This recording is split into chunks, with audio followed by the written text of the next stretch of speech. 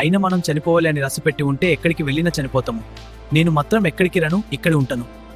Hello 90s kids, మీ school text బుక్లో ఈ కథ గుర్తుందా? 3 చేపల కథ. ఇప్పుడు అదే కథను 3D యానిమేషన్ రూపంలో చూద్దాం రండి.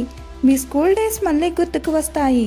ఒకవేళ మీ స్కూల్ డేస్ లో ఈ కథను చదివి ఉంటే కామెంట్ చేయండి. ముందు చూపు లేకపోతే జీవితం ఎలా మారిపోతుందో ఈ 3 చేపల కథ చెప్తుంది. ఇది సాధారణ కథ కాదు, మీ మైండ్ సెట్ ని మార్చే కథ. అనగనగా ఒక ఊరిలో ఒక చెరువు ఉండేది. ఆ చెరువులో రకరకాల చేపలు నివాసం ఉండేవి. సుమతి, కాలమతి, మందమతి అనే 3 చేపలు ఆ చెరువులో చాలా స్నేహంగా జీవించేవి. సుమతి చాలా తెలివైన చేప. భవిష్యత్తు గురించి అది ఆలోచిస్తుంది. ముందు చూపుతో రాబోయే ఆపదను అది పసిగడుతుంది. నెక్స్ట్ కాలమతి, ఇది కూడా తెలివైన చేప. దీనికి సమయస్ఫూర్తి ఎక్కువ. ఆపద ఎదురైనప్పుడు వెంటనే ఉపాయం ఆలోచించి ఆపద నుంచి బయటపడుతుంది. ఇక మందమతి, ఇది తెలివిలేని చేప. దీనికి ముందు చూపు లేదు, అలాగే సమయస్ఫూర్తి లేదు. ఇది తలరాతని, అదృష్టాన్ని నమ్ముతుంది.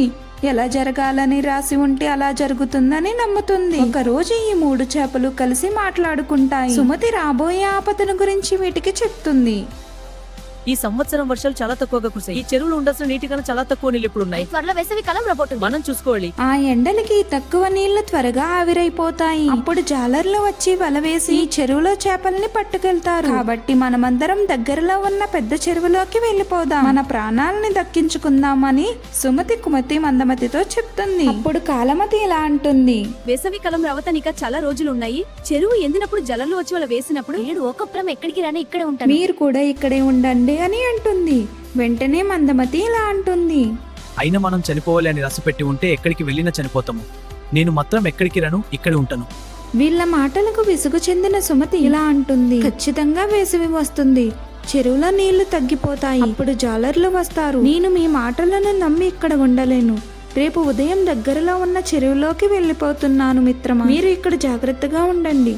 చెప్పినట్టుగానే సుమతి దగ్గరలో ఉన్న పెద్ద చెరువులోకి వెళ్ళిపోతుంది. కొన్ని రోజులు గడిచిన తర్వాత వేసవి కాలం వస్తుంది. విపరీతమైన ఎండలకి ఆ చెరువులోని నీళ్లు తగ్గిపోతాయి. ఒక రోజు జాలర్లు రానే వస్తారు. ఆ చెరువులోకి వల విసురుతారు. ఆ వలలో చెరువులోని చేపలతో పాటు కాలమతి మందమతి కూడా చిక్కుకుంటాయి. వెంటనే కాలమతి ఒక ఉపాయం ఆలోచిస్తుంది. జాలర్లు వలని ఒడ్డుకి లాగినప్పుడు చనిపోయినట్టు నటిస్తుంది. ఈ చనిపోయిన చేప మనకెందుకు అని జాలర్లు కాలమతి చేపను మళ్లీ నీటిలోకి విసిరేస్తారు. అలా కాలమతి తన సమయస్ఫూర్తితో ఆపద నుండి తప్పించుకుంటుంది. ఇక మందమతి పరిస్థితి తెలిసిందే కదా. తనకి ముందు చూపు లేదు, ఆపదలో తప్పించుకునే సమయస్ఫూర్తి కూడా లేదు. జాలర్లు మందమతిని పట్టుకుని వెళ్లి కూర వండుకొని తినేస్తారు. ఆ విధంగా మందమతి కథ ముగిసిపోయింది. నీతి: మనం జీవితంలో సుఖంగా ఉండాలంటే ముందు చూపు కలిగి ఉండాలి. భవిష్యత్తులో ఎదురయ్యే సమస్యల్ని, రాబోయే ఆపదల్ని ముందుగానే ఊహించి వాటిని ఎదుర్కోవడానికి ఒక ప్రణాళిక తయారు చేసుకోవాలి. ఒకవేళ మనం ఊహించని సమస్య గాని ఆపద గాని వచ్చినప్పుడు భయపడకుండా, దేవుడి మీదే భారం వేయకుండా, తలరాతనే నమ్ముకోకుండా ఆలోచించి ఆ సమస్య నుండి బయటపడాలి. అలా చెయ్యకపోతే ఈ కథలోని మందమతి అనే చేపకు పట్టిన గతే మనకు పడుతుంది.